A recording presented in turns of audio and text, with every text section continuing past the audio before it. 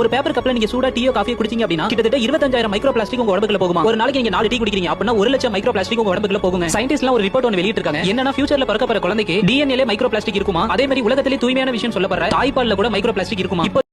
நாளைக்கு ஒரு கப்ல டீ குடிச்சா 25,000 மைக்ரோ பிளாஸ்டிக்னா நான் ஒரு நாளைக்கு 2 டீ குடிப்பேன்.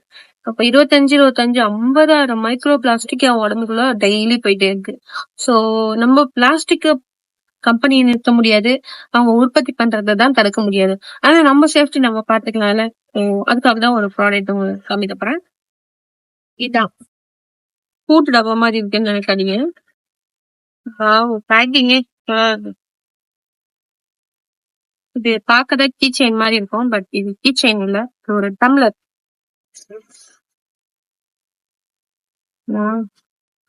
ரொம்ப சூப்பரா இருக்கு. தனி ஊத்துக்கோங்க.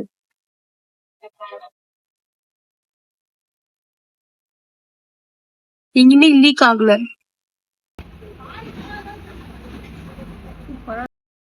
திடீர்னு அழிச்சிட்டா மட்டும் தண்ணி வந்துருது. ஸோ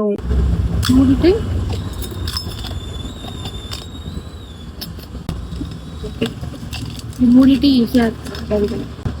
ஸோ உண்மையிலே இது ரொம்ப சூப்பரா இருக்கு. உங்க ஃப்ரெண்ட்ஸ் அதிகமா டீ குடிப்பாங்கன்னா அவங்களுக்கு இந்த வீடியோ ஷேர் பண்ணுங்க. ஸோ உங்களுக்கும் ரொம்ப யூஸ்ஃபுல்லா இருக்கும்னு நினைக்கிறேன். இதோட ப்ரைஸ் வந்து நான் கீழே பார்ப்பேன். ஓகே, பாய்.